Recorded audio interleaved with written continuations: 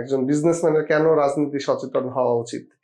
First of all, হ্যাঁ, যেটা প্রশ্ন করছেন যে আমরা এখন মানে অনেক বেশি পলিটিক্যালি কনসিয়াস আগের চাইতে, which is a very good thing. আমার কাছে পার্সোনালি আমি এটাকে অ্যাপ্রিসিয়েট করি।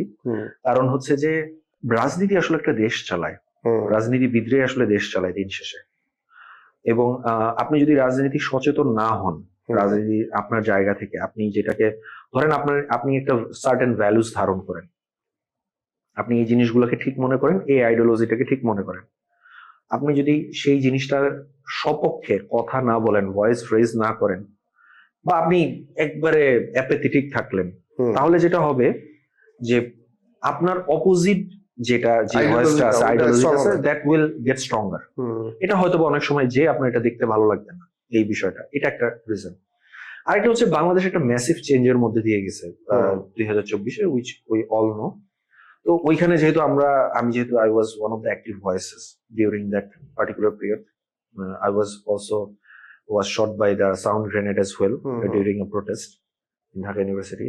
And হয়তো বা এটা যদি জুলাই মুভমেন্টটা যদি সাকসেসফুল না হতো, হয়তো বা যাই হোক, আল্লাহ নোজ যে কি হইতো আসলে। এনিওয়ে, এখন বিষয়টা হচ্ছে যে এরপর থেকে হ্যাঁ একটা হয়তো বা একটু বেশি লেখা হচ্ছে বা একটা বেশি ইয়ে হচ্ছে। এটা ওয়ান অফ দ্য রিজন হচ্ছে আমরা আসলে তো 16-17 বছর কোনো ইলেকশন দেখিনি, কোনো দেশে কোনো ইলেকশন ছিল না, আমাদের আসলে স্বাধীনভাবে মত প্রকাশের সুযোগটা বা স্কোপটা ছিল না। এখন যেহেতু সবাই সেই সুযোগটা পাইছে, সেই ইয়াটা পাইছে, এখন কথা বলতেছে, লিখতেছে।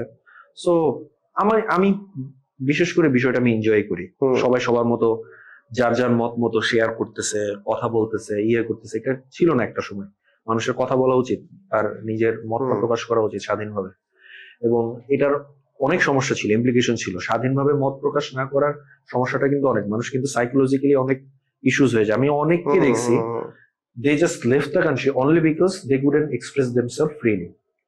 ট্রু, হ্যাঁ।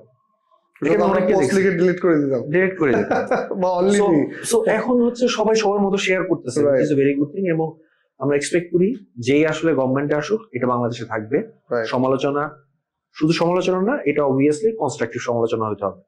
এখন আমার ইচ্ছা হলো আমি কাউকে ধরে, সে আমার জাস্ট মানে অন্য মত ধারণ করে, আমি ইচ্ছা মতো তার গালাগাল দিলাম, ইয়া করলাম, আসলে ফ্রিডম এক্সপ্রেশন হতে পারে না। হ্যাঁ, সো কনস্ট্রাকটিভ সমালোচনা বাংলাদেশ গঠনের জন্য সবারই লাগবে, ইররেসপেক্টিভ অফ আমরা যেই মত বা যে রাজনৈতিক দল এটা মতাদর্শ ধারণ করি না কেন। এটা একটা। সেকেন্ড যে বিষয়টা বললেন, which is very alarming thing, সেটা হচ্ছে যে আপনার সবার একটা ক্যারিয়ার আছে, এবং আমরা আসলে কেউই ফুল টাইমার বলতে কি, মানে ফুল টাইমার পলিটিশিয়ান না, সময়ে মানে যতটুকু ইয়ে না হইলেই না অতটুকু, মানে আগে আমাদের কাজ কাম আমরা ঠিকঠাক মতো করি, ব্রেড এন্ড বাটার, পেট চালানোর পরে, অফিসে স্যালারি দেওয়ার পরে যদি আমার কাছে একটু সময় থাকে, তখন আমরা এন্টারটেইনমেন্ট পারপাসে সেটা ইউজ করি। অনেককে যেটা দেখা যাচ্ছে যে তারা আসলে তাদের যে ক্যারিয়ার ফোকাসটা ছিল, তাদের যে কাজকর্ম ছিল, কোনো দিকে এদিকে না করে ফুল টাইম সারাক্ষণ এরে গালি দিতেছে, ওরে গালি দিতেছে, এইটা করতেছে, ওইটা করতেছে, সারাক্ষণ পলিটিক্যাল পোস্ট করে যাচ্ছে, which is a very bad thing. তারা বুঝতেছে না যে এই যে টাইমটা তাদের জীবন থেকে চলে যাচ্ছে, এইটা তারা আর কখনো ফেরত পাবে না। মানে সবচেয়ে ক্রিম টাইমটা চলে যাচ্ছে, যারা পড়াশোনা হয়তো গ্রাজুয়েশন করছে বা শেষ করে। এই আরেকটা বড় সমস্যাটা হচ্ছে, যখন আপনি ফেসবুকে অনেক লেখেন, অনেক ইয়া করেন, আপনার যদি কন্ট্রোলটা আপনার উপরে না থাকে, আপনি কিন্তু ইমোশনালি ইনভেস্টেড হয়ে যাবেন ওই জায়গাটাতে। যেমন আমি পার্সোনালি বলি, আমার কে গালি দিচ্ছে, কে আমাকে কি কটূক্তি করতেছে, কয়টা হাহা পড়তেছে পোস্টে, বা আদৌ আমার পোস্টে কোনো রিঅ্যাকশন করতেছে কিনা, I don't give a damn to it. এটা আমার উপরে কোনো ইম্প্যাক্টই ফেলে না। আমি এটা লিখছি, গেছি, কে পড়লো, কে কার ভালো লাগলো, I don't give a dam. আমি আমার কাজ করতেছি। বাট যার এগুলোতে ইম্প্যাক্ট করে, তার কোনোভাবে এগুলোতে যাওয়া উচিত না। এটা হচ্ছে প্রথম কথা। দ্বিতীয় কথা হচ্ছে, কারো যদি ফুল টাইম ক্যারিয়ার না থাকে, সবার আগে ভাই পেটের ধান্দা করো, একটা হালাল ইনকামের ব্যবস্থা করো, কারো ক্ষতি না হোক, ইয়া না হোক, এরকম একটা কাজের ব্যবস্থা করো, আগে কাজ করো, এরপরে পলিটিক্স করো। এরপরে পলিটিক্স বলতে কি, মানে পলিটিক্স মানে হচ্ছে যে পলিটিক্স একটা হচ্ছে দুই ধরনের বিষয় আছে, একটা হচ্ছে পলিটিক্যালি সচেতন হওয়া, আর একটা হচ্ছে ফিল্ডে যায় পলিটিক্স করা। আনলেস তুমি ফিল্ডে যায় পলিটিক্স করতেছো, তোমার কাজটা তো সিম্পল হচ্ছে যে তুমি একটা পলিটিক্যালি সচেতন কোনো লেখা টেখা দিচ্ছ। হুম এখন তুমি যদি পলিটিক্যালি সচেতন করতে চাও, তোমার মতের দিকে মানুষকে আসলে উৎসাহিত করতে চাও, অবভিয়াসলি আগে তোমাকে তোমার জায়গাটা স্ট্রং করা উচিত, তোমাকে আগে তোমার ক্যারিয়ারটা দাঁড় করানো উচিত, দেন তুমি যা লেখার যা বলা তুমি সেটা বলো। তার আগে তুমি কিছু বলো না, তুমি কিছু করতে চাও না।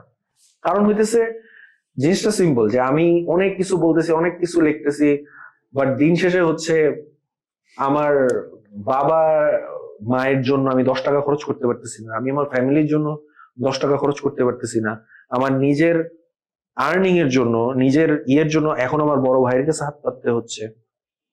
এই এটা তো হলো না, politics এর তো 2 পয়সার দাম নেই। এটার দাম নেই তো কোনো।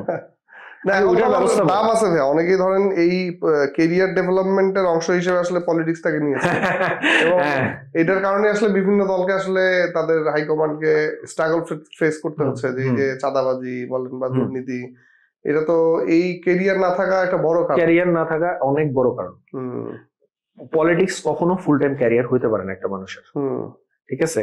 একটা কারণ হচ্ছে যে, এবং সবচেয়ে বড় ব্যাপার হচ্ছে নলেজ থাকাটা ইম্পর্টেন্ট। মানে জিনিসটা হচ্ছে যে আপনি যখন আসলে রাজনীতিক ইয়া করবেন, পোস্ট করবেন বা লেখালেখি করবেন বা সচেতনতা বা হোয়াট এভার ইয়া করবেন, শুধুমাত্র আপনি যেই রাজনৈতিক মতাদর্শটা ধারণ করতেছেন, যদি যদি শুধু আসলে ওই চিন্তাটা ওই ইয়াটা রাইখা কাজ করতে যান, তাহলে যেটা হবে কি, আপনি কখনো একটা স্ট্যান্ডার্ড মেনটেন করতে পারবেন না। আপনারও কিন্তু নিজস্ব চিন্তা শক্তি ডেভেলপ করতে হবে। হুম সে যেটা বলতেছে সে সবসময় এটা ভালো নাও হতে পারে, সবসময় এটা সঠিক নাও হতে পারে।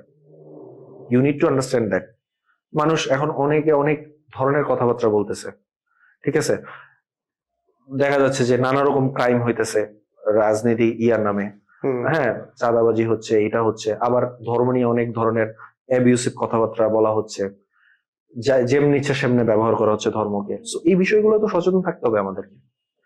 সো ওভারঅল আমার পয়েন্টটা যেটা, সেটা হচ্ছে যে আপনার আগে ক্যারিয়ার ঠিক করেন, ক্যারিয়ার ঠিক করার পরে যদি আপনি কিছু লিখতে চান, go for it, no issues. এবং এটা যদি আপনার আসলে একটা পার্ট টাইম জব হয়। হুম হ্যাঁ, এখন এটা হলো যে if you are get paid for your posts and for other things from the political parties, এটা আলাদা কথা। বাট আপনি যদি কোনো ধরনের স্বার্থ ছাড়া লিখতে চান বা ইয়া করতে চান, আগে আপনার ক্যারিয়ার ঠিক করেন, রাইট। কারণ এই টাইমটা আর পাবেন না।